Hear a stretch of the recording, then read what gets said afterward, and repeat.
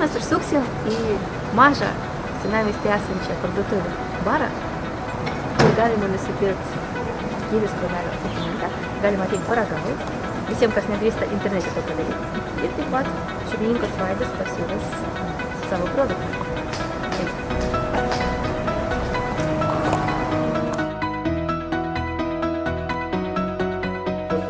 Tikslas yra pateikti lietuviškus nacionalinius produktus.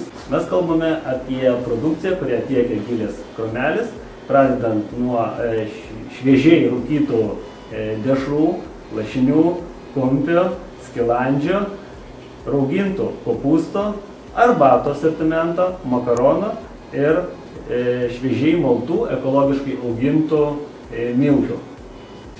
Einamiausias produktas yra kvietiniai miltai. Aišku, juokiuosi, juos prekiauju ne kilogramais, o tonomis.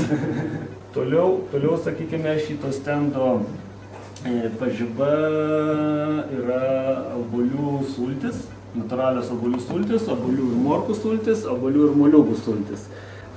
Kalbant apie daktarę Šimkūnaitės